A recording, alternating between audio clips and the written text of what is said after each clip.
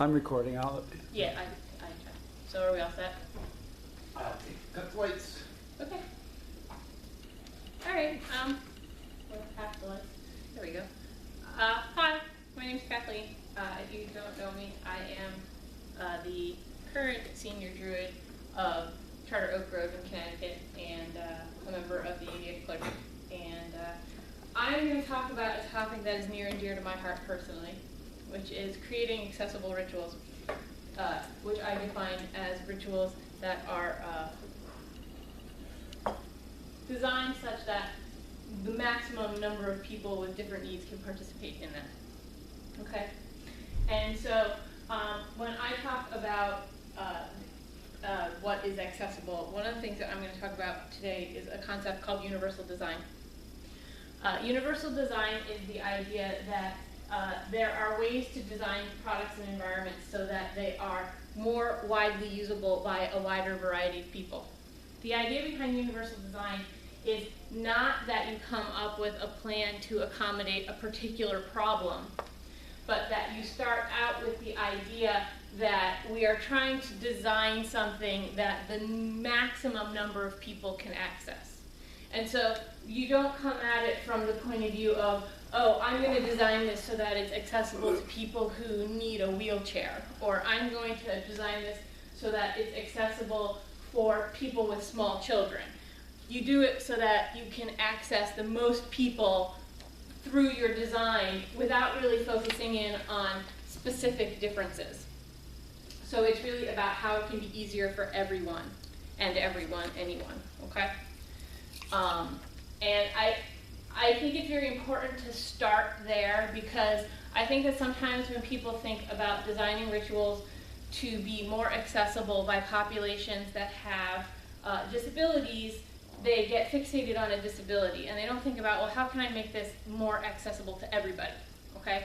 Things that make it more accessible to somebody in a wheelchair make it more accessible to somebody who has trouble walking, who may not be in a wheelchair, but also makes it more accessible to people who are having a bad day, who broke their leg, who, have a heart condition and can't necessarily climb up 2 flights of stairs to get to something. I mean, there's a lot of other things that are going on in people's lives that are not obvious, and accessible ritual allows them to participate in the ritual without them having to be like, okay, here's my laundry list of things that I need, okay? Because ideally, you don't want them to have to provide a laundry list of the things that they need. Ideally, you would like to be able to provide an experience for them that meets their needs by design versus by request, okay? So I went through sort of our ritual stuff, and I came up with a couple of different things to focus in on when it comes to thinking about how to design what we do on a regular basis, because we're supposed to be giving public rituals if we're, a grove. And, how do we meet the needs of the widest variety of people while still doing what we do, by still doing the rituals that we do. And so these are some of the things that I'm going to talk about as we go through. And the first thing that I can't emphasize enough is location. Location can be a huge barrier to a lot of different people depending on the location selected for the ritual. And I will be the first to admit that I am totally guilty of this. When I first started Charter Oak, I had grandiose ideas about beautiful vistas at the tops of mountains and things like that. And that's really not feasible for a lot of people, for a lot of different reasons. So I'm going to start with outdoor rituals. A lot of people can't hike up a mountain for a variety of reasons, all right?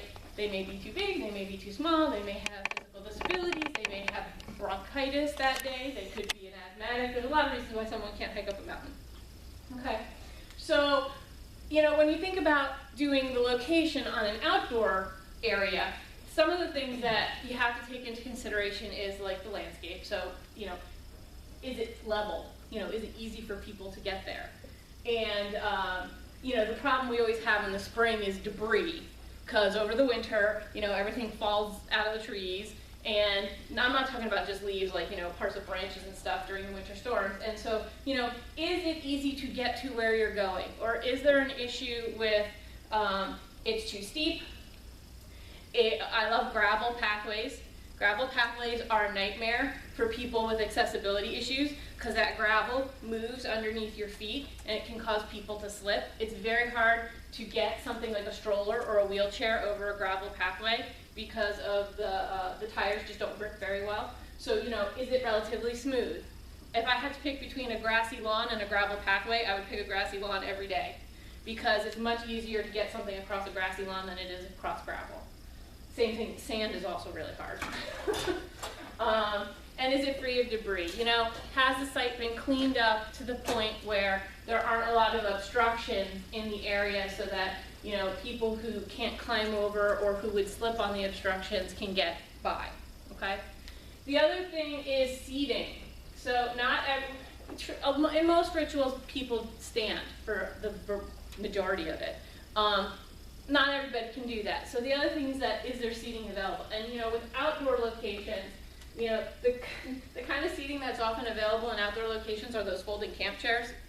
Those things are horribly difficult to get out of if you have somebody with back problems or with mobility issues. They sit so low that you're kind of like, it's not like you're sitting in a regular chair where your knees are kind of just bent at a right angle. You're actually you're actually sitting below your knees. And it's very hard for people to get out of them. Yes. Right. So, you know, if there's seating available, is it seating that somebody can easily get in and out of? Does the chair need to have an arm rest so that they can help push themselves up? You know, these chairs don't have armrests, but the seats are pretty firm on them, so that also helps a little bit. Is the back a back that you can grab onto, or is it one of those fabric backs that'll collapse and so you can't push off of it?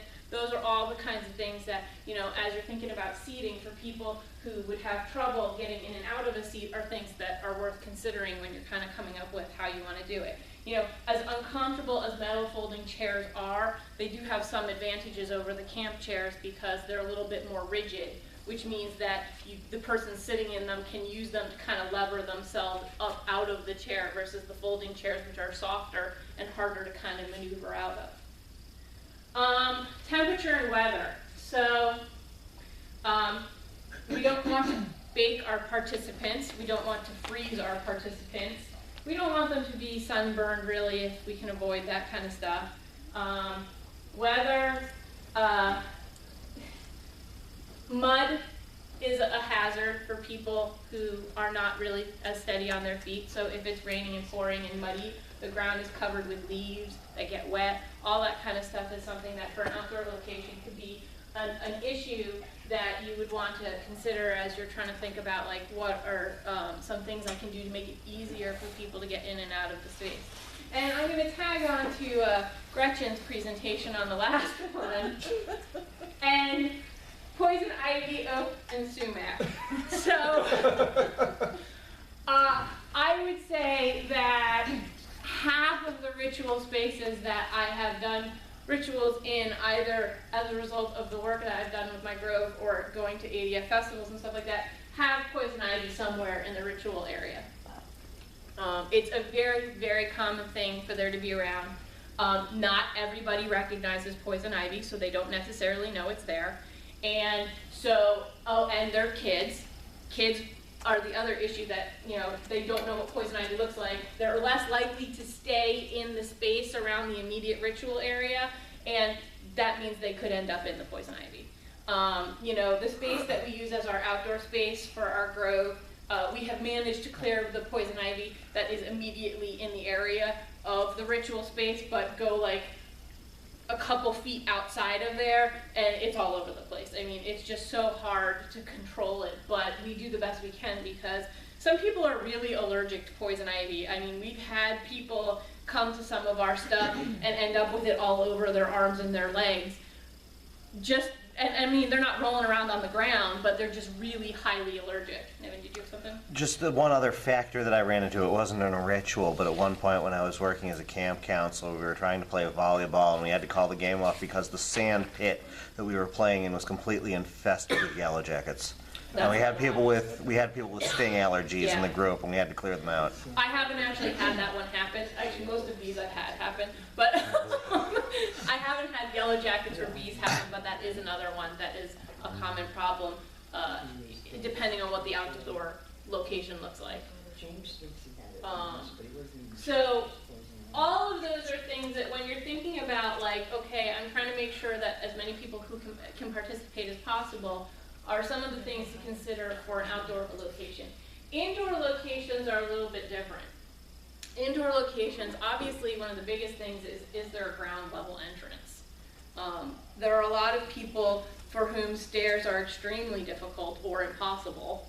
And so, you know, when we're talking about being able to participate, we're really looking for facilities with ground level entrances. And the place that we use actually has two entrances. It has an upper level to the building where we usually do our rituals, but then it doesn't have an elevator to get between level 1 and level 2. So if we have to do a ritual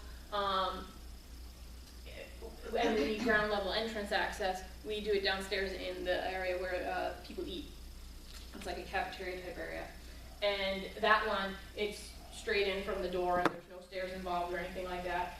Stairs are hard, narrow hallways and doorways are also hard. So, you know, in order for somebody to turn around in something like a stroller, a wheelchair, or even if they're walking with something like a cane, they need a little bit more room. And so one of the things you need to be cognizant of is like narrow spaces are hard for them to navigate.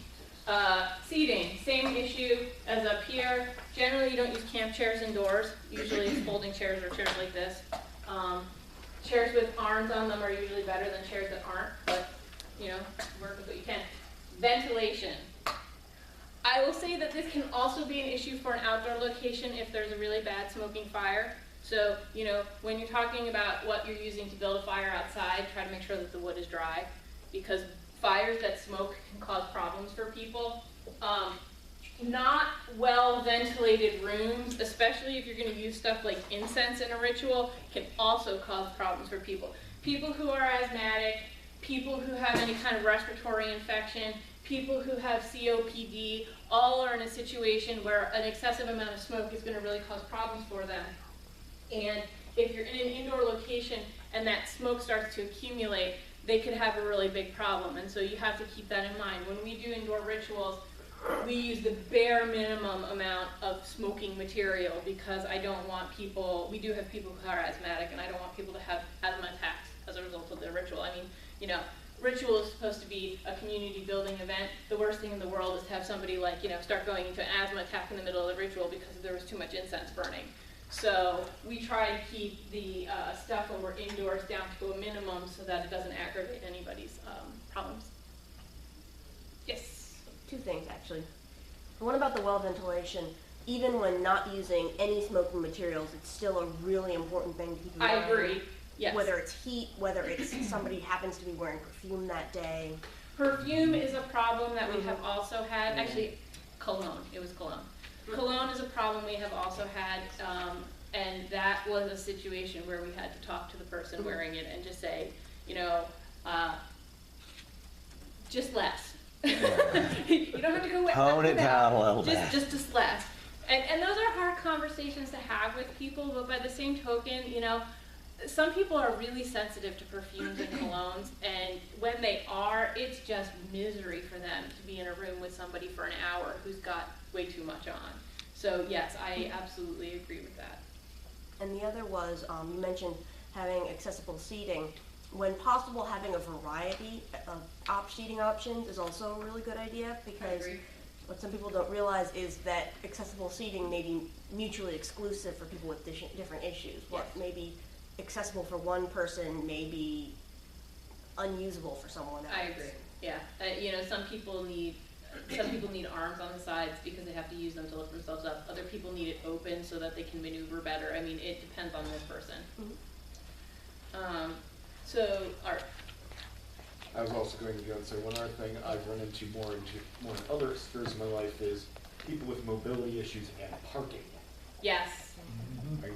Is there wheelchair, you know, accessible parking? Yes. Is there wheelchair accessible parking that will be available? Yes. Which is not the same thing as question one. And from the wheelchair accessible parking, can you actually navigate, or yeah, from the accessible parking, can you navigate to the site without going a half mile out of your way? Yes. And we actually ran into a problem at Harvest Nights last year where Harvest Nights does actually have handicapped accessible parking, except for the camp director blocked the road and wouldn't let us get through.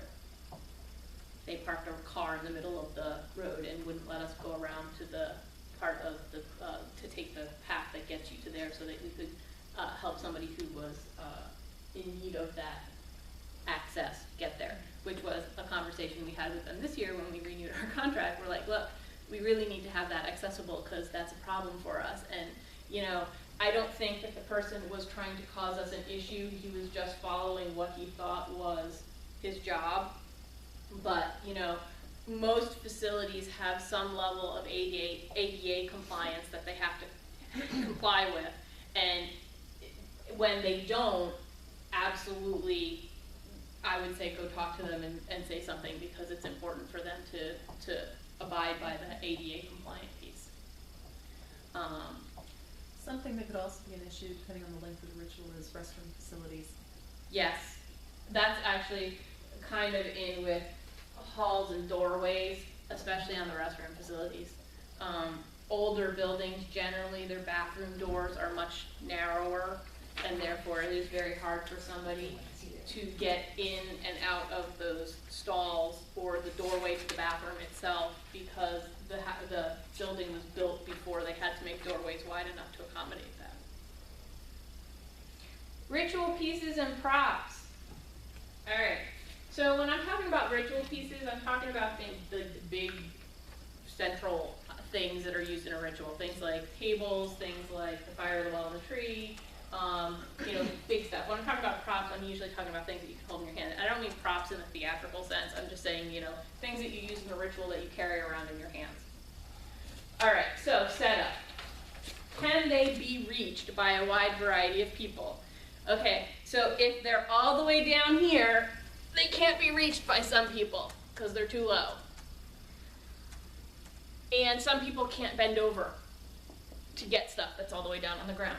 So, you know, that's a part of it. I don't think I've ever had a situation where they're too high, mostly because usually if they're too high, they also have a tipping hazard, and most people don't put stuff up that high. But it could potentially be a situation where it's too high. A bigger problem is clutter. So altars, okay? We get the ritual ready. We have everything set up on the altar. The altar is stacked full of stuff. Like, it's half the things are like just barely precariously perched on there. That makes it very hard for some people to pick things up. You know, some people who have, you know, muscle or nerve issues in their hands and stuff like that don't have the precision to be able to grasp things that are in the midst of a huge pile of clutter and are much more likely to knock things all over the place. So, you know, maybe a bigger altar, maybe cut back on some of the stuff on the altar, but, you know, making sure that it's not so cluttered that people can't reach things. Are they labeled?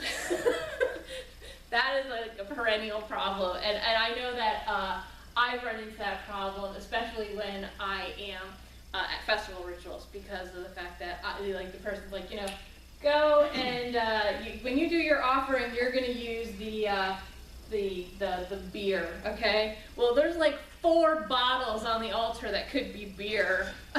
There's no way to know which one it is. And, you know, Impolite to taste them all. Or some of the offerings look similar. So, like, you know, a lot of times the offering that goes to the Earth Mother and the offering that goes to the nature spirits looks very similar.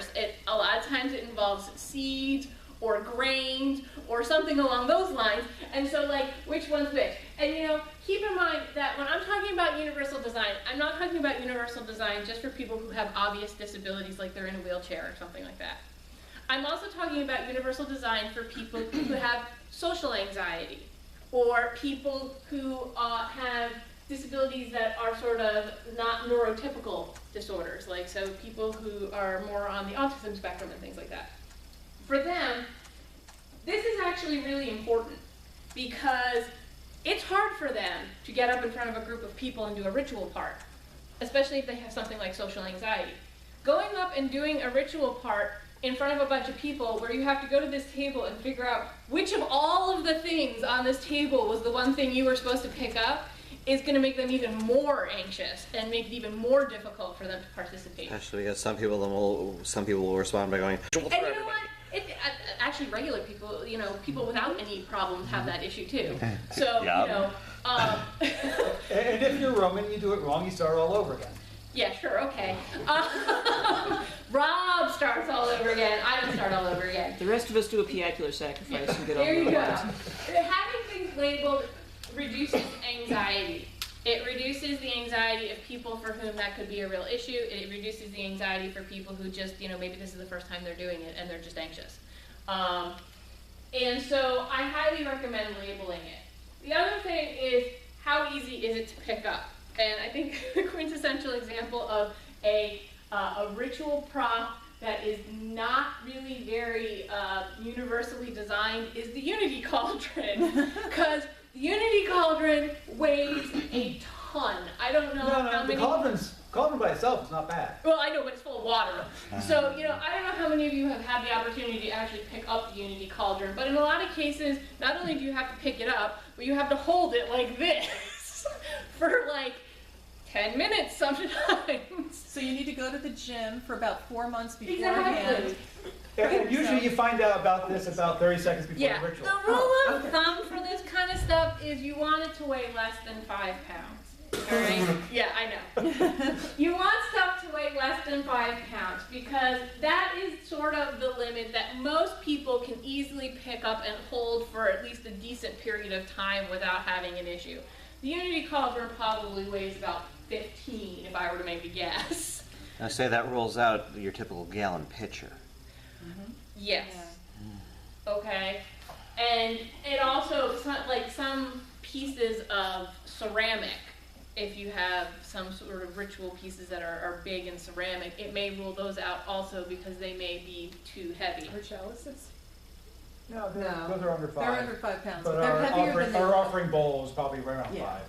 Well, keep in mind, this is stuff you're going to pick up. So like Yeah, something offering that's going to bowl. sit on the floor, like an offering bowl, you may not pick up. It may just stay either on a table or the floor. But if it's something that people have to pick up, it should be about 5 pounds or less. Because that's what most people can pick up comfortably and hold for some weird length of time. In terms of use, are they open? This is not something that everybody can do, all right? The ability to unscrew caps and lids is not something that everybody has the ability to do. Not only that, caps and lids sometimes get stuck. And ideally, you don't want to be at the great important part of the ritual. We make this offering. You try. Or alternately, Where's the axe? Let's cut this we off. make this offering. Anyone got a beer opener? I have been there more than once. There's the corkscrew. Are they open? You know what? Related If to that. it's not cluttered, you should be able to have it open without people knocking it over. It's much better just to open the stuff up ahead of time and just leave it open. Rob. Related to what Art said, do you have the beer opener? I remember one ritual at a Wellspring years ago where they decided to break the bottles in the shaft. Please don't do that. Which one of the bottles was a mead that I made, which was slightly carbonated. Oh, Nice. Yeah, don't break the bottles. The broken glass adds a whole nother issue. Yeah, it had the cork in it still, so it wasn't that carbonated. The other thing is, can they be used one-handed? And I can say from personal experience, having carried a toddler into ritual on my hip, that things that can't be used one-handed start to become a real problem for me. And it's much simpler if you only need one hand to do it. So, think like ladles. You have to hold the thing and ladle out of the bowl and stuff. While That- someone else holds a 15-pound jug of water. Yes. So those types of things that are two-handed. Also, like the Unity Cauldron is two-handed. I mean, you have to have, there's no way you can hold that with one hand. Sometimes it's hard to hold it with two. You want to try to make sure that people who have, can only use one hand for whatever reason, be it that they're using this one to carry a baby or a toddler or whatever, that they can still do what needs to be done in the ritual with just the one hand. The other thing is, does it require fine motor skills to pick up or move? So people who are nervous don't have good fine motor coordination. If you have something that requires them to use fine motor skills in the middle of a ritual, there's a good chance they're not going to be able to do it because they're nervous, and you lose your fine motor coordination when you get nervous. All right. There's also people for whom fine motor coordination is a problem just in general, but keep in mind that if they've got to pick little tiny things up out of a bowl or off of the altar, things like that, that's going to become a barrier for them, and it may slow things down for the ritual. Allergies. So if anybody went to my thing at Harvest Nights, I spent a whole big long thing on allergies. I'm going to reprise little pieces of that here and later on. There are some incenses and oils that people are allergic to. And you don't want to be burning those while they are in your ritual space because that would be bad for them. You don't want your participants to be breaking out in rashes, having hives, not being able to breathe. All that's really bad. So, when you're using stuff in ritual, please be cognizant of what allergies are out there in the population. My grove is like the grove of people with allergies.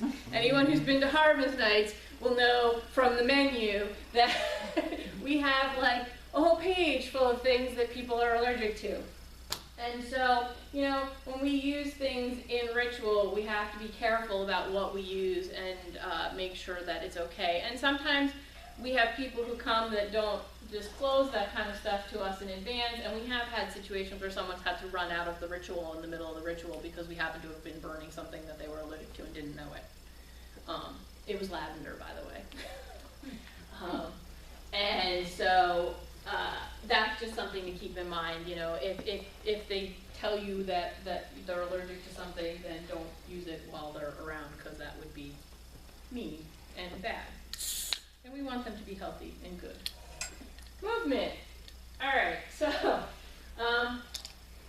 this is a problem all the time. Lighting.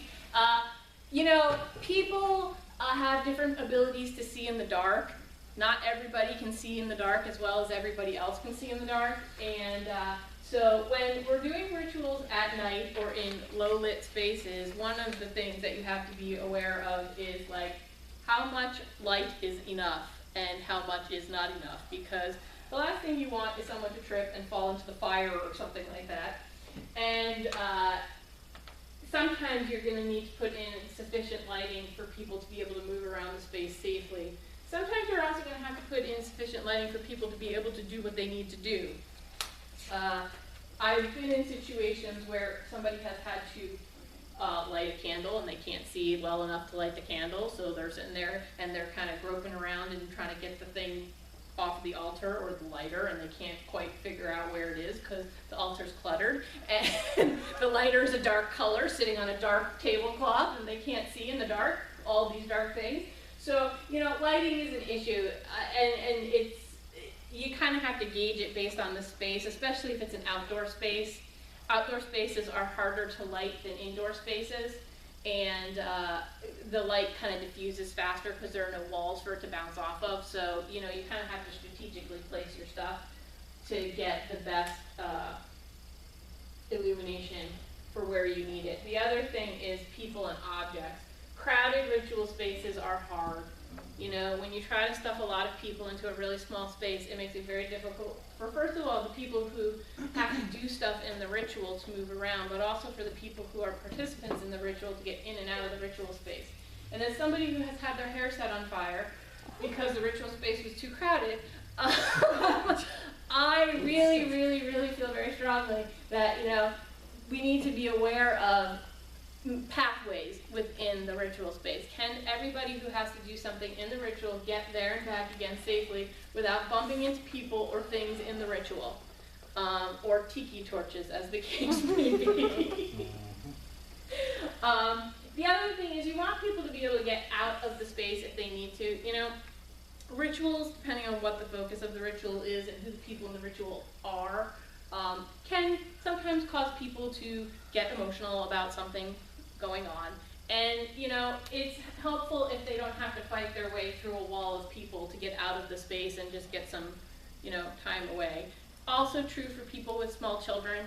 You know, if they've got a little kid in the ritual space and the kid starts crying, you don't want to have to sit there and fight through a wall of bodies to get the kid out of the ritual space where they're a little bit further away and the crying is not as loud and stuff like that. So, you know, that's the kind of stuff. Also, in terms of arrangement of people and objects, I didn't put this on there as a bullet, but I have seen situations where like the altar is set up like right in the area of egress. Don't set up large, non-movable objects in the path that people need to get to a door, because if for some reason anything happened and they had to get out of an indoor space, you don't want them to be tripping over and falling over the altar to get out. So that is movement. Hey Rob, I've been doing this for 39 minutes and 37 seconds.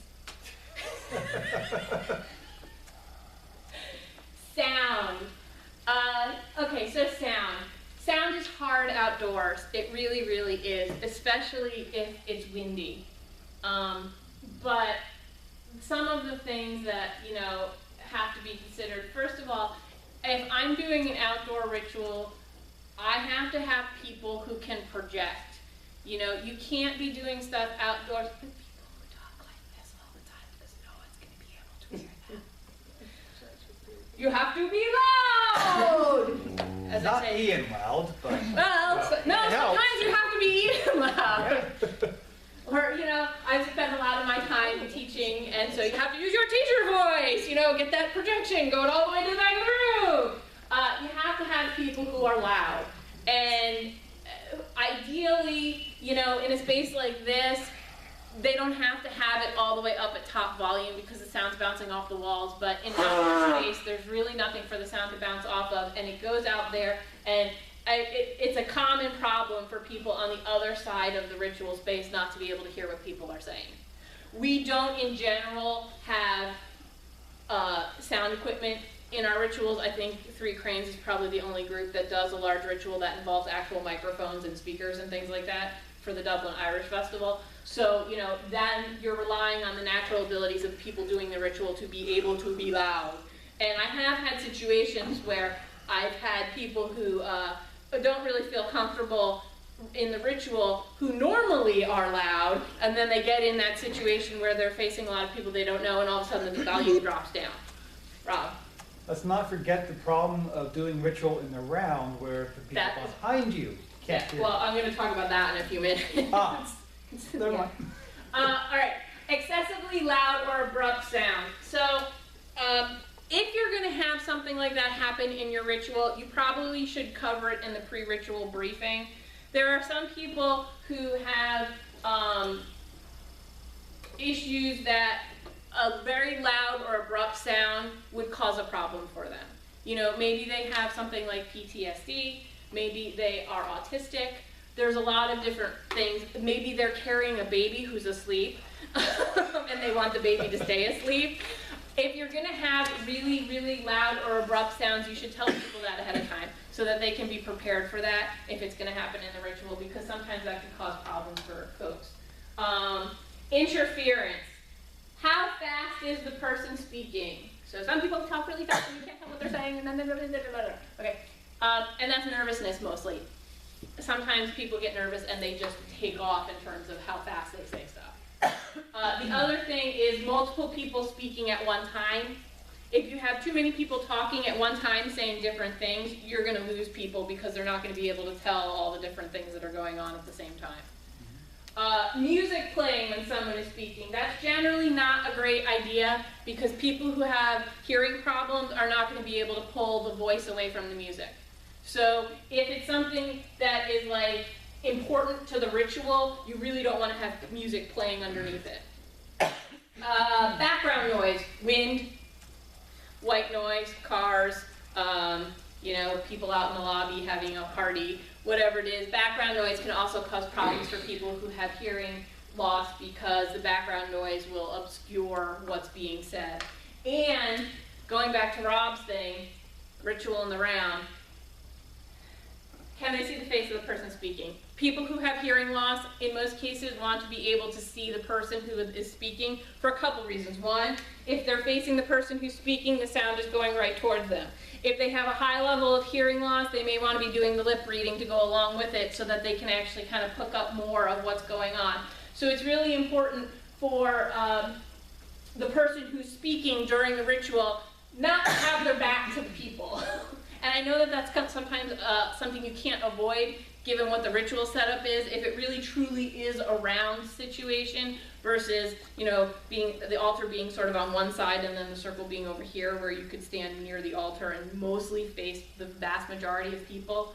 If it's a true round, then you're going to have to be able to kind of make sure that you're panning back and forth so that people can see your face and can lip read if they need to lip read.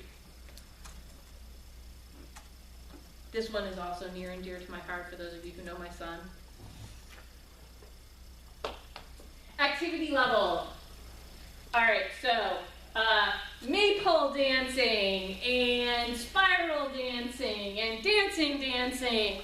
What's the activity level of your ritual? How much moving around are people going to have to be doing? You know, is there any kind of, you know, heavy, like, movement that has to go on, clapping, you know, whatever it is. What's the activity level? And can that be done safely by most of the people who are going to be at the ritual? And by safely, I mean, you know, safely in terms of not tripping over things, but I also mean safely in terms of the activity level. Like, you know, if it's a really intense physical thing that you want people to do in the middle of the ritual, there are going to be people who just are not physically fit enough to do that for whatever reason. And so that's something that you're going to have to take into consideration. Do you have something else for those people to do? So, you know, if you have something like the maypole dance going on during your Beltane ritual, is there something that people who can't dance the maypole can do during that time period? Sometimes, you know, musical instruments here, you know, tambourines, drums, egg shakers, whatever it is, you know, they can be part of the people keeping the beat and stuff like that, and they don't have to necessarily move around as much. This one is a little bit harder. If you have a ritual where the idea is that people are not very active, do you have something for people who need to get up and move to do without being disruptive? And this comes in a couple of different forms. Some people with ADHD really just can't sit still for long periods of time and, you know, just be still. Children often cannot sit still for long periods of time and just be still.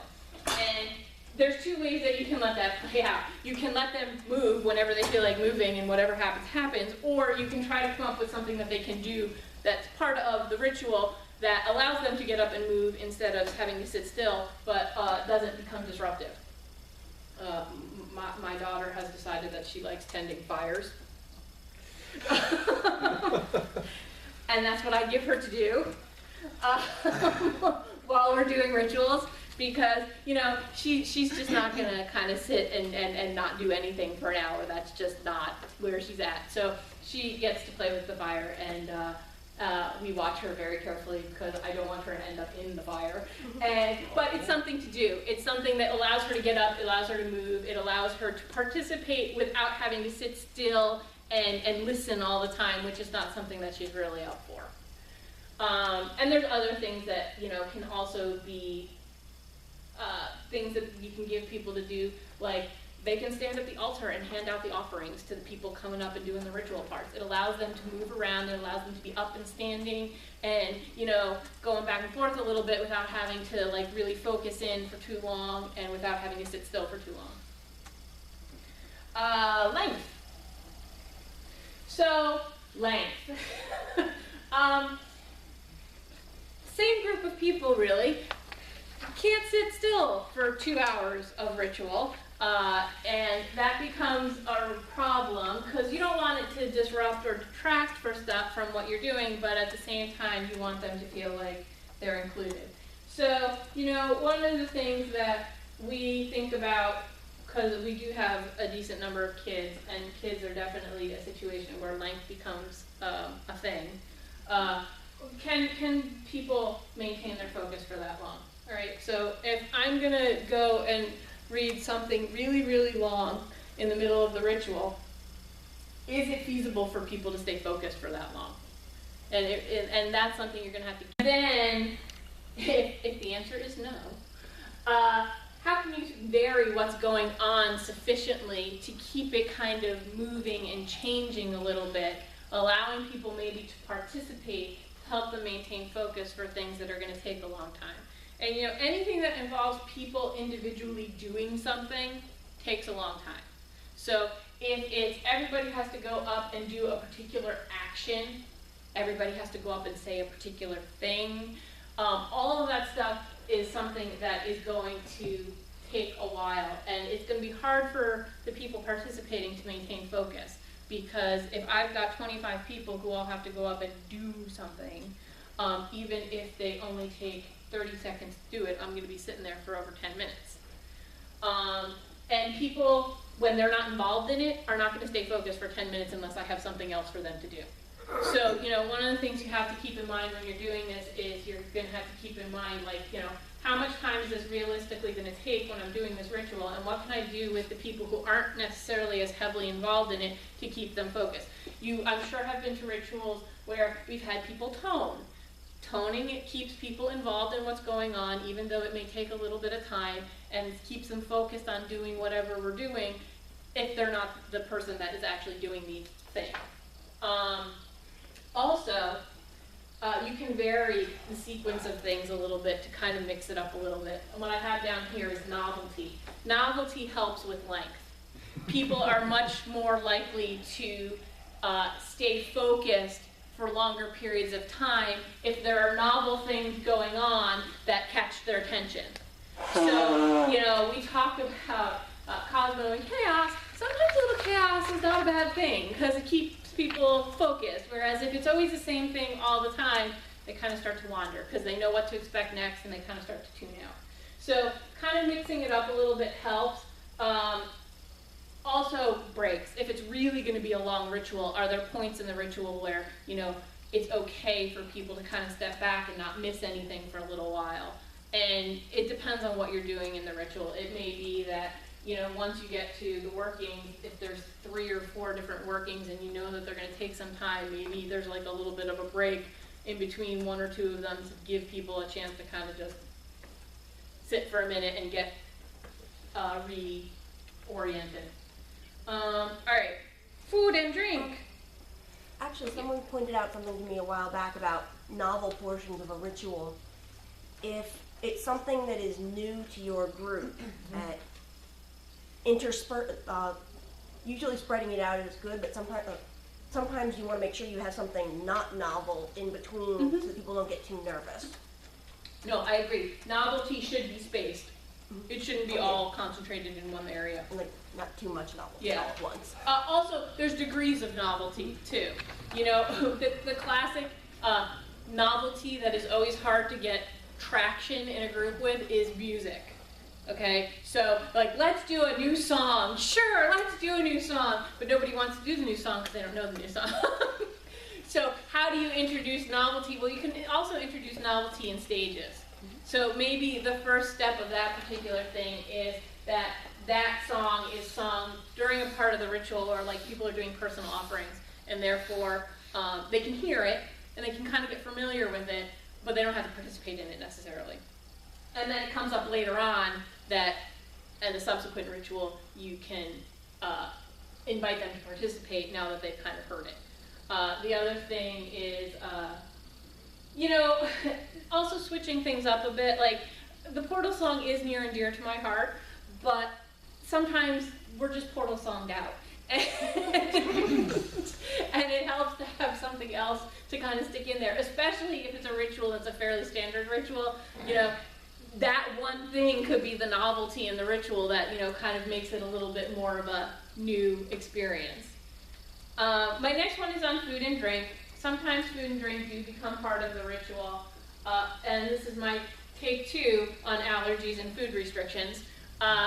Make sure you know what they are. You don't want to put a person in a situation where you get to the high point in a ritual and you hand them something and it's something that they're either allergic to or they can't consume because they have some sort of other health issue, and they can't participate. Because that would just be, for them personally, that's kind of crushing. You know, we've been working up to this high point, and I'm sorry, all of us are going to get to do this, but not you. So make sure that, and you know, things that I've seen, bread, milk, another one, sometimes milk comes in on imulk. Just be cognizant of that. Have other options. I'm not saying that you should never have bread or milk or alcohol or whatever, or coffee, tea, whatever, in a ritual. Just make sure that there's other options. You know, there are some people, obviously the alcohol piece is a problem for people who are alcoholics, but you know, there are some people who, because of the medication they're on, they can't drink caffeine. You know, so if there's caffeine involved in something because it's chocolate, it's coffee, it's tea, it's whatever, make sure that there's something else there. Make sure that if you're going to be doing stuff with food, that you have a couple of different options for people so that they can pick what they are able to eat and they don't feel like they're being left out. Yes, Eric. One minor relevant point that I've run into, if the post-ritual feast is also intended to help ground, make sure you've got food there that people can eat. Yes, well, And if it's potluck, labels. Yes. And like I said, Charter Oak Grove is like the grove of people with horrible food allergies. And so it's a huge issue for us for potlucks. I truly feel bad for people who come to our rituals. It's becoming a standing joke at this point. I know. I feel bad for them because they'll bring things and everybody will be like, thank you! But only like 2 people here can eat that. So if I know somebody's coming, I sometimes give them the information about, like, these are the things that people can't eat, and so you probably just shouldn't bring it. I mean, we have so many food allergies in the Grove. It's If you mind-boggling. leave this out, 5 people can eat it instead of 2. Well, I mean, let's see. We have a whole group of people who can't eat wheat. We have a whole group of people who can't have soy. We've got people who are allergic to pepper, who are allergic to milk, who are allergic to eggs. So part of it is choice. And so, you know, it's not that you have to be able to eat everything. It's just that you have to be able to eat something. And that's kind of how we work around that issue. There's actually a list that we keep that's a running list of all the allergies because it's up around 20 at this point in time, and it's just hard to keep track of all of them. Admittedly, one of the flip side of Ken versus Will too. There was a my brother-in-law's wedding several years ago. Most of my in-laws are sort of more dietarily traditional. We call them New England meat and potatoes types. And given that my brother-in-law and his wife were both vegan at the time, and they arranged for the wedding to be catered vegan because that was what they wanted. And people were like, what have you thought about having an option for people who want meat at the table? And my brother, the wife was just like, you know how many things I've been to where I couldn't even eat the breadsticks? Yeah. You'll deal today. Vegan is another one that The food was may fabulous. come up depending on what it is that you're serving. Animal products show up in unlikely places, and so you just have to be careful about sort of, like, even with bread, you know, was the bread made with oil, was it made with butter? That's another one that could. Is honey considered vegan, or is it considered an animal product? It's considered an animal product, But it depends on People the make it depends on the vegan too. Like, No for figs. example, Luke Landry, who some of you may know, when he first started coming to Charter Oak, he was vegan, and honey was the one thing that he made the exception for, mostly because of the meat. So, yeah, you know, it depends on the vegan. Stone Creek has been doing this for a long time now, and they normally get up to 100 people. So they've come up with a guideline that if you are severely restricted in what you can eat, bring enough food for yourself. That's the easiest way out of it. Yeah, no, Say it and up that's front. what a lot of us Yep. bring stuff that we can eat because of that. It's just that, Makes sense. yeah, fact, no, I think they have it's that hard. on their You know website what for you potlucks. like, you know what you can eat. Yeah. You know, if In you're, ritual though, Can't it eat should be a something, mark, or something you just can make eat. sure that you check with folks. Content. So the content of the ritual. I broke content into these 4 areas. There's more to content than these 4 areas, but I decided to stick with these because they're kind of the big 4, in my opinion. When it comes to content, first of all, is it culturally sensitive? You know, we don't want to be insulting anybody. And is it appropriated? We don't want to be taking anybody's stuff that's not ours. And that can be, depending on who you have at your rituals and the degree to which they are a member of a culture that is being represented in your ritual, that could be a problem if you're not careful.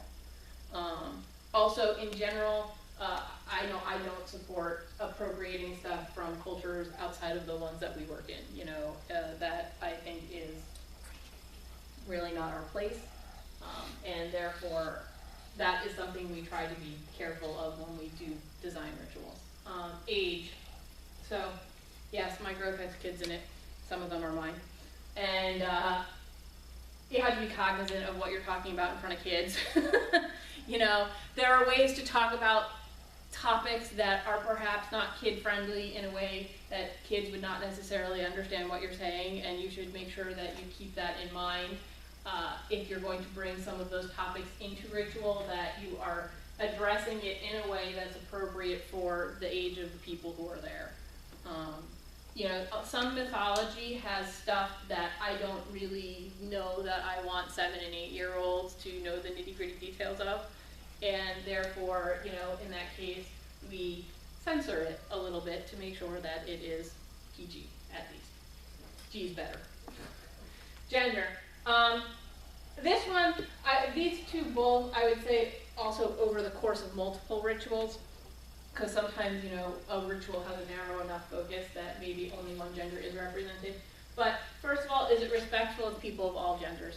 You know, paganism has a tendency to have a very high proportion of people who identify in a non-binary way. And so it's important just to be cognizant of that and make sure that when you are dealing with issues of gender in ritual, you are doing so in a way that is sensitive and respectful of that. Also, representation.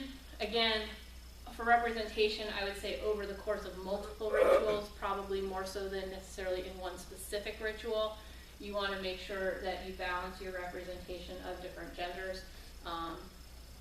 We have a tendency in paganism to kind of go a little more over onto the female side of the spectrum, but I think it's important to remember that, you know, hopefully 50% of the people there are roughly male or non-binary, and to make sure that they're also having their moment of somebody that they can identify with. Sex and sexual orientation. Like I said, some mythology portrays things that are sexual in nature. And in addition to dealing with them in a way that's appropriate for children, you should also be thinking about, is it appropriate given the personal experiences and or sexual orientations of your participants. I think that dealing with topics like rape and ritual, you have to be very careful. You do not know who is out there who may be the survivor of sexual assault, and if you are going to bring that kind of topic into a ritual, then you need to make sure that you're doing it carefully and mindfully, so that you don't have somebody who's there who is triggered by something that happens in the ritual and ends up having problems later on. And yeah, anybody have any questions on those? Not specifically that, but the page itself, Yeah. making sure things are big enough to read. I'm gonna get to that. Okay. That's next, actually. Yeah, that one, because I had so many things on there, kind of shrunk it down. All right, presentation. So we talked about people who get anxious earlier, for whatever reason they get anxious. Pre-ritual briefings are a really great way to help people who are anxious. You know, especially somebody who's coming in and this is the first time that they've ever been with you. Our core order of ritual is a big thing. Like, it's got a lot of pieces to it. There's a lot of different entities or groups of entities that we call in, And a lot of times it can have people's heads spinning because there's just so much to it. And while I'm not expecting somebody who comes in for the first time to like have this all down by the end of the pre-ritual briefing, I think that the pre-ritual briefing is a really good opportunity for you to diffuse anxiety for people who are new or just generally anxious. And it may even diffuse anxiety among the people who are helping you do the ritual because they're anxious because this is the first time they're doing the ritual. The core concept that we've come to rely on in our ritual briefings, especially if we have new people there, like especially like people who have just not been to one of our rituals before, it's like a pyramid, or you can think of it as going up and then back down a ladder. Basically, is that whatever the steps are, it still boils down to moving further and further into the ritual space, doing something, and then going back out the way you came in. Yeah.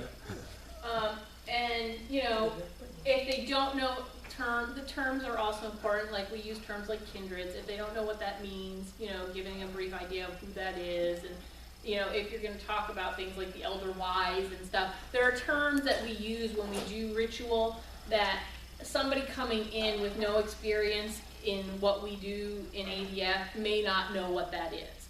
So giving that to them up front, you might as well give it to them up front. You know, gates, hallows, you know, kindreds, all that kind of stuff is just stuff that, you know, just tell them at the beginning. That way they know what's going on and they're not anxious about it.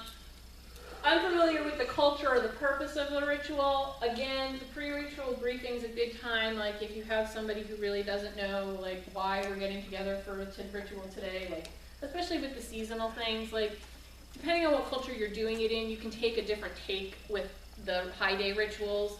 It depends on how you want to frame the ritual. So somebody coming in is not necessarily going to know, oh, this is how our grove frames this particular ritual every year. It may not actually even be the same as last year. So giving them that sort of frame, like, you know, when we go into ritual today, this is sort of how we're viewing today's rite. And I can tell you, even in my own grove, you know, Bonnie and I both do a lot of work in the Celtic hearth cultures, and her interpretation of Lunasa and my interpretation of Lunasa are on completely opposite ends of the spectrum. And so, you know, that happens sometimes because you can think about them in different ways, and so you gotta kind of let people know this is sort of how we're thinking about today. Scripts and handouts, who gets to have one and how are they used? So actually this is going to go back to, I had the slide before on sound. It's okay to give people other than the people doing the ritual the script, all right? I know that in our heart of hearts, we want people to just kind of follow along with the flow of the ritual as we do it. However, somebody who has hearing problems would probably be much happier with the script in front of them if they can have a script so that they can pick up on the stuff that they don't get because they can't hear it. At least they'll know what's going on. You know, it may not necessarily be as well in terms of the flow because they're not hearing it as it kind of builds over the course of the ritual, but they'll know who you're calling, they'll know what you're saying, they'll know at what point in the rite, you know, something's going to happen. And that's important to them because, you know, it allows them to participate even if they don't have the ability to hear what's going on quite as well as somebody who doesn't have hearing loss. Also, yes, how big is the font size? That's an issue for handouts, in my opinion, more so than the script. But you know, we have put together songbooks for our grove because we've decided that instead of photocopying things over and over and over again and wasting all that paper, we are just going to put together a little book, and we have a couple of extra ones for when people come and, you know, the members of the grove have printed their own, put it in a binder, decorated binders, whatever. But we have people who come that don't have those, and, you know, how big is the font? We don't have to type font, because then people can't see it. And, you know, if you're in the middle of a ritual and you have to pull out the song sheet, you don't want to have to be sitting here like this because you can't see it. The other thing in terms of how scripts are used, we do have people who read from the script, and that's fine. A lot of times when people are first getting used to doing ritual, they like to have the paper in front of them because it makes them feel better because it's right there. But they can't read it like this, okay? Or like this, or like this. All of those kinds of things are going to cause problems. First of all, it's going to make it a lot harder to hear. because of the fact that their face is buried in the paper and you can't hear them. Second of all, again, for people who have hearing problems, it's going to block their face, and you don't want to block the face if you can avoid it. So, you know, if you have people who like using paper in the ritual to read off of, that's fine. Just make sure it's down for them to be able to see it. And lighting also. And the lighting piece also comes in from It's back before. Really difficult to read off of tiki torches. It is very hard to read off of tiki torches. It's also, honestly, it's really hard to read off of the fire too, unless Yep. you're standing right next to it and you're like this. Because the light really, especially outdoors, the light does not go very far. Art, did you have something? Additional things similar to the font that I have done that are bad. In the name of saving paper, I have formatted it to 2 columns. That's much harder for everyone to follow. Yeah, it is. It is extremely hard for people to follow, and I've learned this. Also, using both sides of the paper, unless you've got it set up like a book, people don't expect to go, you know, in the middle of a write when they're trying to figure out what's next, and they skip the fact that this page also has writing on it. Yeah. Lighting becomes a real issue if you expect people to read things. You know, we do night rituals twice a year. Some years we have been better with the lighting piece, others we haven't, and on the years that we haven't, you can tell. It's just, it doesn't flow as well because people are having a really hard time seeing, and not being able to see makes it very difficult for what they're doing. Rob? So going with arts, printing on both sides, well, if you put it in a brochure and have it actually, like, you know, the program, nice little book, making sure that the line breaks don't come in the middle of the part. Yes? Oh, yes. Oh, I yes. try. I do strive for that. Yeah, or the page. Yeah, you have to Yes. flip the page over in the middle of what you're Or reading. have ancestors break in the middle, That's what I'm talking about. You. Or are famous for. the packet's not stapled, Yeah. and then Or the the pages pages are get out of upside down. order or fall. Yeah, no, there's a lot, like, in terms of scripts or any kind of paper and ritual, you know, there's a lot that goes into that to make it work successfully. And I think that most of us, through trial and error, kind of get to a lot of the same places, because once you use scripts in ritual on a regular basis, or handouts like songbooks and things like that, the problems that crop up with them are pretty much universal. To get away from these problems, our Grove about 10 years ago did away with scripts completely. We have an outline for the officiant, the main officiant, and an outline for the sacrificer. And then we'll have 3 or 4 of the minor parts written out on one little thing so people don't have to turn pages and stuff. But other than that, we ask people to figure out what they're going to say beforehand. We've got people that'll work with them. If they want to take it apart, they'll help them, and then it really works out well. People pick it up really fast. Is it okay, Rob? Yeah, it's fine. Okay, sorry. He almost kicked the camera over. Oh. Sorry.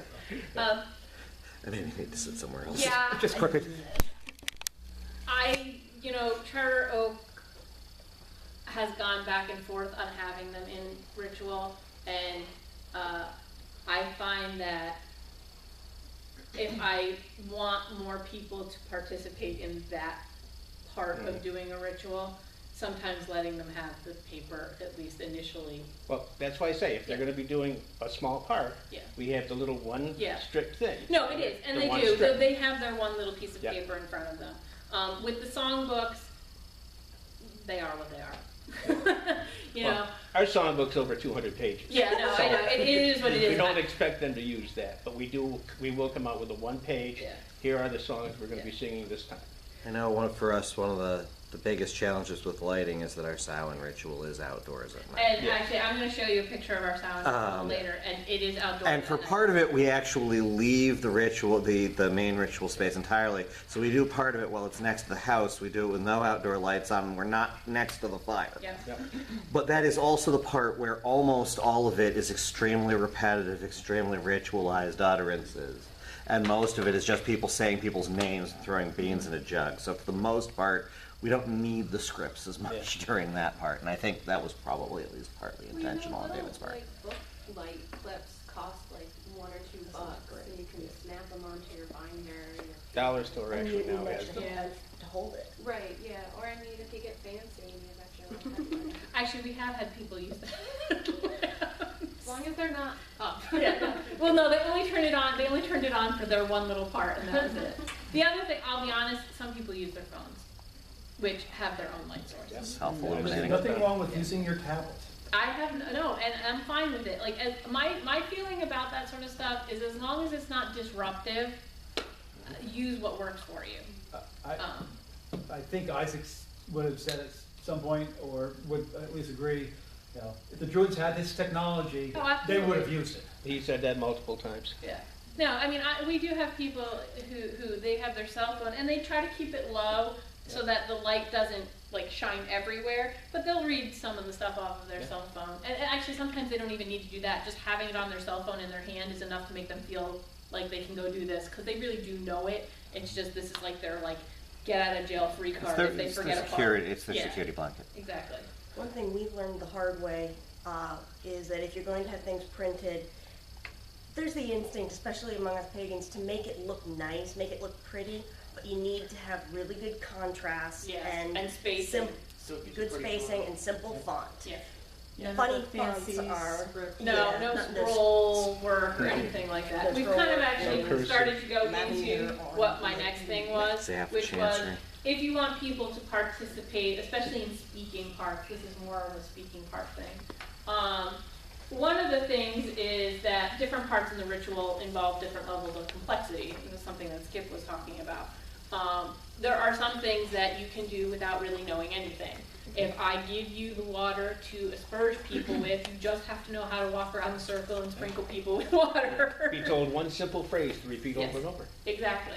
And so, you know, in terms of participation, finding out what parts meet the needs of which people is, you know, part of ritual planning. You kind of have to see what folks are comfortable with.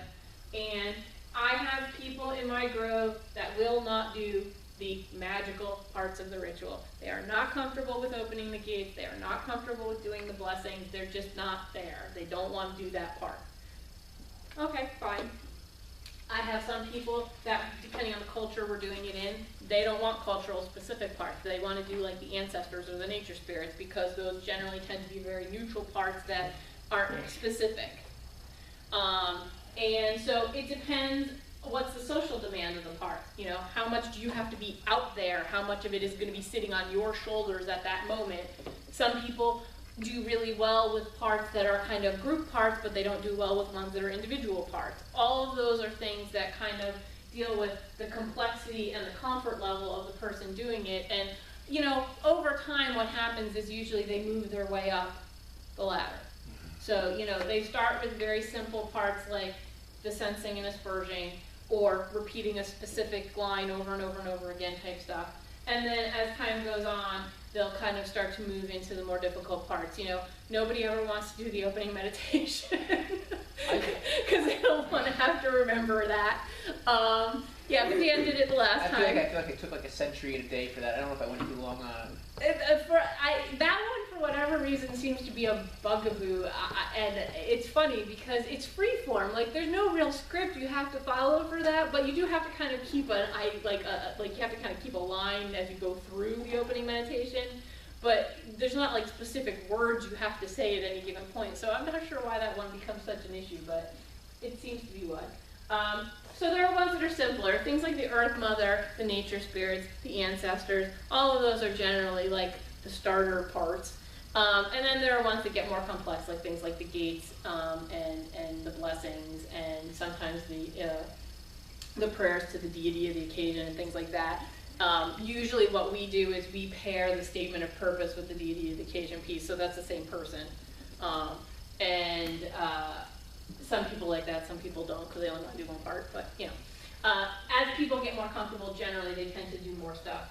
One of the things in terms of helping them start, each part of the core can be done in a lot of different ways. And some people get really fixated on the fact that like they saw one person do this part and they really liked it, but they can't do it that way, and so they don't want to do it because that's the way to do that part. most of the parts can be done in a variety of ways, and one of the things that I think is helpful when people are new and starting out is to give them different ways of doing it, give them options. You know, some of what we do in ritual is stylistic, and they have to decide what their style is. And so helping them find what their style is. Maybe they are big and booming and dramatic, and maybe they're not. Maybe they're not somebody who's comfortable doing that, and that's okay. They just have to figure out sort of where they fall on that continuum. The other thing is, you know, templates. The Liturgist Guild's yearbook, which seems to kind of fall on and off, is a great place to go for sort of ideas. You know, it gives people the opportunity to see stuff that was kind of vetted, and they can look at it. Also, some of the kin pages have like sample rituals that they can go into and kind of look at and get an idea of like how do you write a part for the nature spirits or the ancestors and things. This is one that is always an issue. How do you remember the order? So there's a lot of different ways that we've handled this. You know, obviously, sometimes we have just a list sitting there on the altar, like, you know, this is the order. Outlines are great. Yeah. The other thing that actually I have had a lot of success with is prayer beads. People make their own sets of prayer beads with like little charms that represent each part of the ritual, and they sit there and they kind of like count as they go through the ritual to make sure that they keep track of what part they're on and things like that. There are other things out there that people have used, but those are the two that tend to get used most where I am, and they do work. Like they actually, some of them, the prayer beads have been beautiful that I've seen that people have put together to help them remember the core order.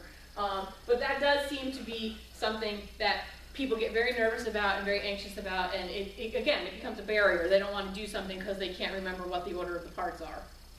I have to admit that, you know, Nevin and I have been going to rituals at the same grove for 10 years or more now. There've been a couple of times when, you know, we had to bail on a ritual for some reason because, you know, half the people were sick, whatever. How about you all? Or it gets snowed out. That's the problem we have. We've tried to do one at home and gotten like 3 steps into it and gone, wait, something's wrong.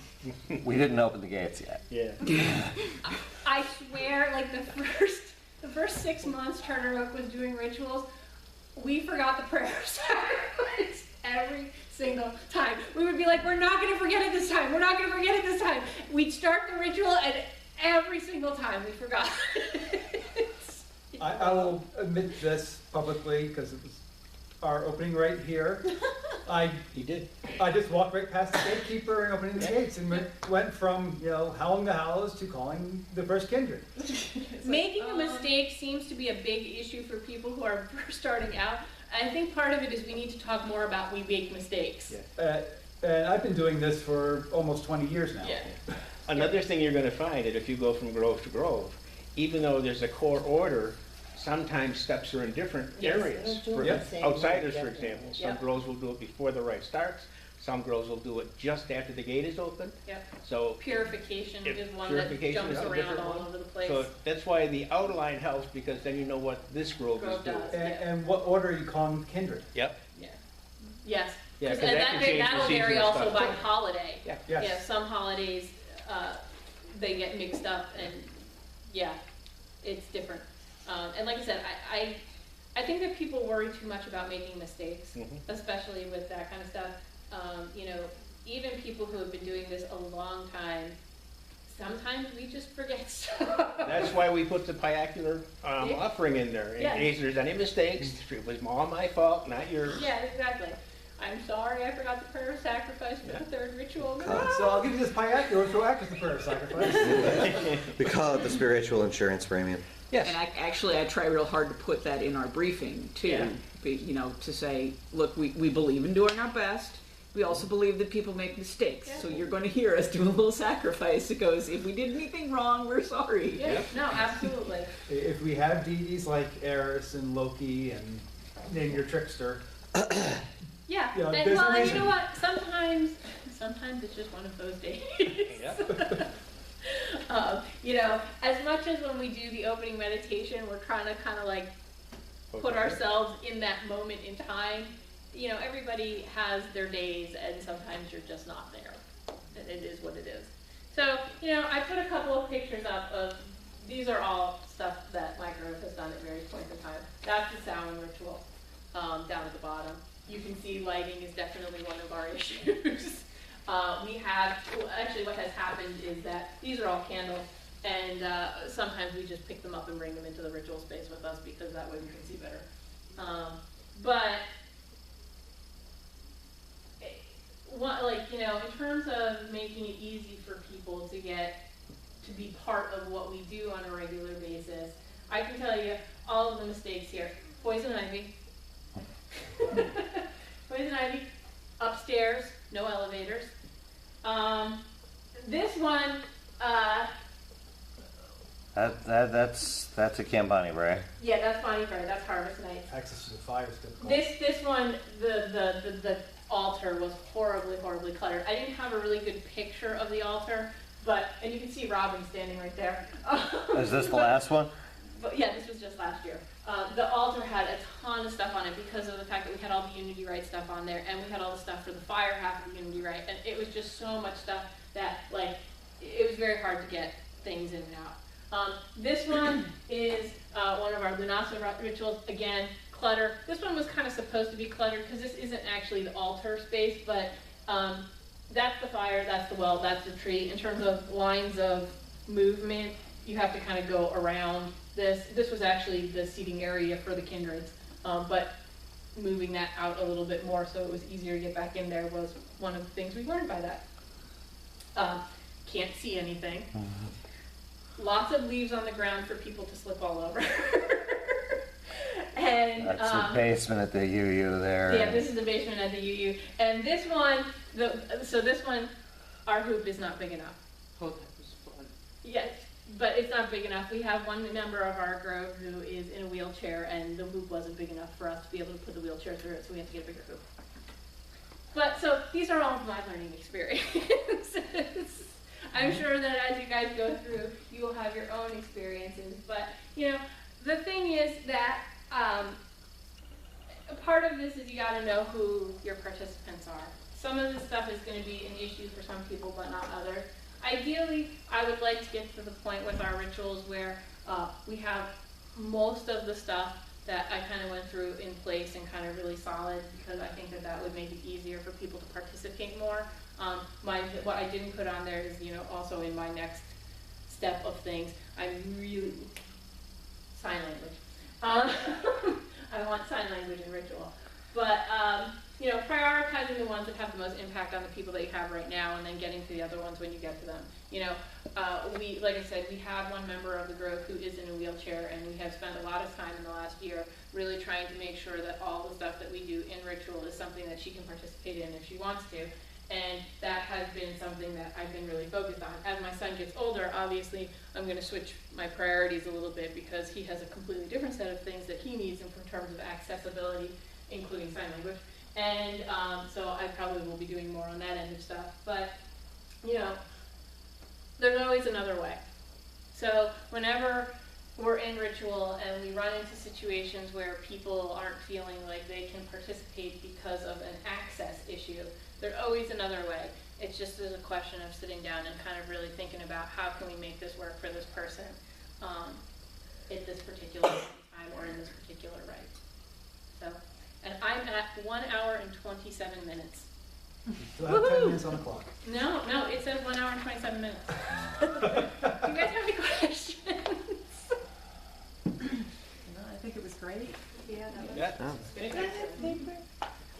they're actually in the back. Maybe introduce or comment. As a person who has lots of disabilities, my biggest thing is I can't hear, and I have a miserable time. I hate it when I go to, like, work. There was workshops that I just totally lost it, you know. So I like the idea if there's a handout that has the stuff, so at least I could take it home and read it afterwards. So it wasn't a complete loss, you know. I try to do that when I do a workshop. I try to put as much stuff in the handout so that they can take it home with them, you know. And scripts are hard because when you farm parts out, not everybody writes their parts down.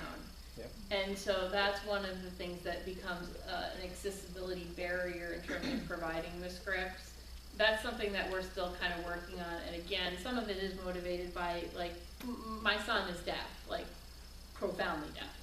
And, you know, some of the stuff that we're trying to start to do is to kind of start to prepare for when he gets a little bit older and he does participate in stuff. Things like scripts, you know, it doesn't have to be word for word what you say in the act when you get to that point, so that the person who can't hear will be able to understand sort of what happened in that part if they can't hear it. One of the things that you had pointed out about projecting, and this is something I sort of learned through my job too, because I work in construction management. Sometimes I need to be heard over power tools across a half-finished building. People need a little coaching for that, because sometimes people start screaming. No, down And here. when you project, if you start yelling, people can't understand what they're saying. They can hear that you're making noise, but they can't distinguish the words. And that's a skill. It You know, is. that's something you have to practice and learn over time for two reasons. One, people aren't going to be able to understand you if you're projecting wrong. And number two, you're going to kill your vocal Voice. cords. Yeah, you're gonna- Absolutely kill your voice. And going too fast is a big problem with Yeah. a lot of people. And honestly, that issue is usually nerves. Yeah. Especially for people who aren't used to getting up in front of groups and talking, when they start to just take off, and I've seen people like really take off, like they just go, they rip through whatever it was they were gonna say, and you're like, Like the guy that does the disclaimer on the radio. exactly, There like, it or an is. auctioneer, like they're just gone, and you're like, yeah, a lot of times you're just really, really nervous. Yes, Yeah, Rob? so going along with the volume thing, Yes, oracular save is very prone to having very bad volume. And it's something that every single one of us actually ever sits in that chair. We have to learn how to scream where we are so that we can be heard as a whisper out here. So it may not just be a matter of they're not talking loud enough, it's just they may not be in the same spot also. the other thing is that, you know, if you can repeat Yep. what people say. And in a ritual, you would have to kind of work it out with the person that you're working with, but if you're in a big outdoor ritual, I'm thinking like a Pagan Pride Day ritual. So I don't know how you guys, when you do Pagan Pride, sort of set it up, but in Connecticut, what it is it's a big open field. You're standing out in the middle of a gigantic open field. There are no trees. There is nothing for the sound to bounce off of. The wind rips through that field, and you can't hear the person 10 feet away from you, much less the person that's 50 feet on the other side of the circle. And so part of it is also coming up with ways to overcome those things. And one of the things that we've done in the past is we've had people on opposite ends of the circle kind of parroting back and forth one another to help people be able to hear what's going on, because you can't stand even in the center of the circle and be heard, much less on one side of the circle and be heard. And then dramatization can probably help a lot too, where you don't have to rely so much on the spoken word, but through gesture and Yeah. form. Yeah. And the other thing too is I wouldn't be able to come at all, except for I have good friends who bring me and then help me all weekend. If there was somebody who came and didn't have that person, if there could be, like if you had The people welcome. that would volunteer to Yeah.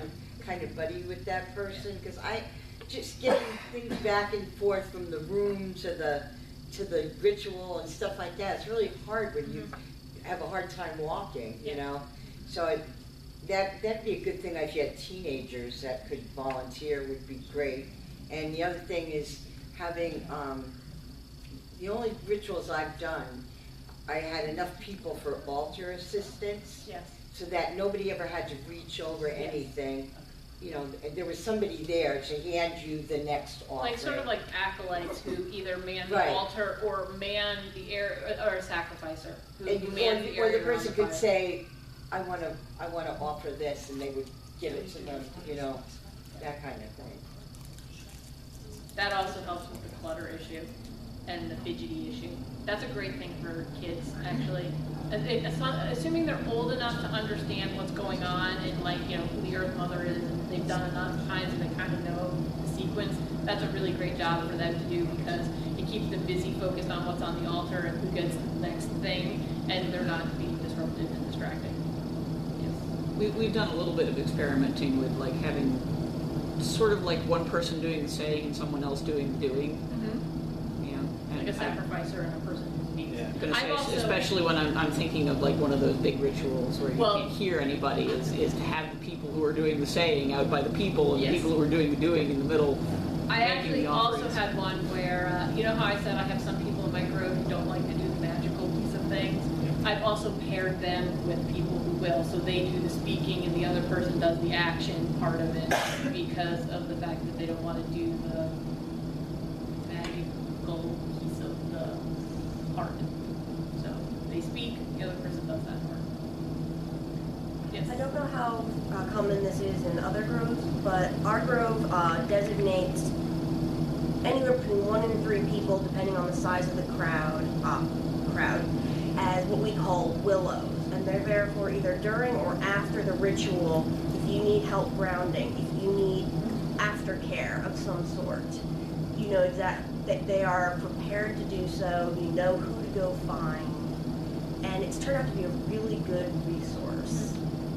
As long as you make sure it's not the same person every single time. Yeah, no, because that can get tiring for the person. But it makes a big difference.